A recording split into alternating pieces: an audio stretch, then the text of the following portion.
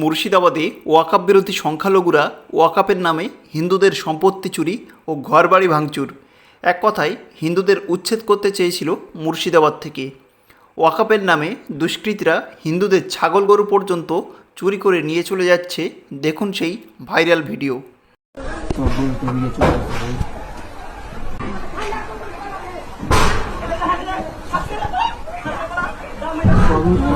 বুক নিয়ে চলো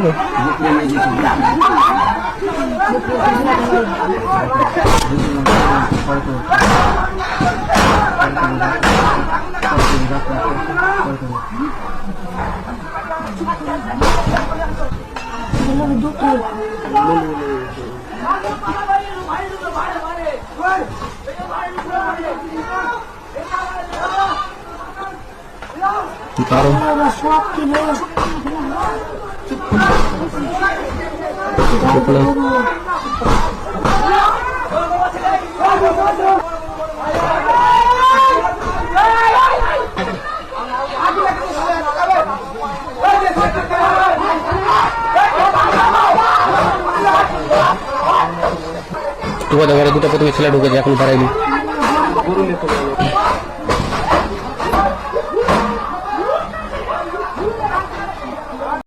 ভিডিওটিতে অধিকাংশ ছেলেই 12 থেকে 13 বছর বয়সের এবং কেউ কেউ 20 থেকে 25 বছর বয়সের মধ্যে, যাদের প্রত্যেকের হাতে লাঠি এবং অস্ত্র দেখা যাচ্ছে।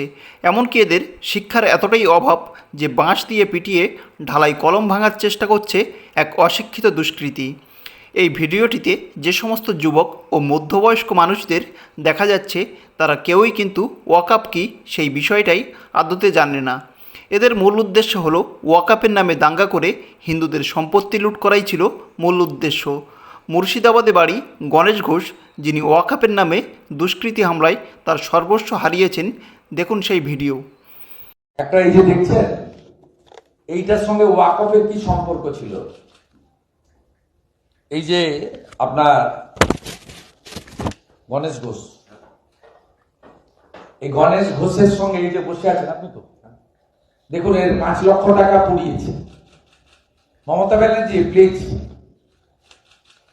প্লিজ বলুন তো, এই ভদ্রলোকের এই 5 লক্ষ টাকার সঙ্গে ওয়াকআপের কি সম্পর্ক আছে আমি জানতে চাইছি।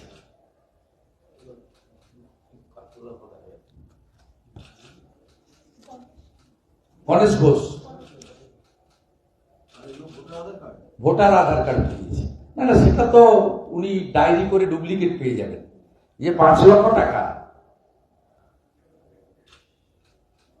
দেখুন এই লোকটার, দেখুন আজকেও একটা নোংরা ময়লা ধুতি পরে এসছেন, গলায় গামছা, কত প্রান্তিক মানুষ। এর সঙ্গে ওয়াকআপ অ্যামেন্ডমেন্ট বিলের কি সম্পর্ক আছে? সত্য আড়াল কখনো করা যায় না। আমি এই গণেশ ঘোষকে এবং আমাদের দিদি ছায়া সিংহকে মাননীয় সভাপতি খোলা হওয়া স্বপনটা তুলে দিচ্ছে। ডক্টর স্বপন আপনার পাশে অ্যাকাউন্ট আছে? না অ্যাকাউন্ট আছে। ওনাকে 1.5 লাখ টাকা দেওয়া হচ্ছে আর 5 লাখ টাকা, এই যে পুরো 5 লাখ পুড়ে গেছে।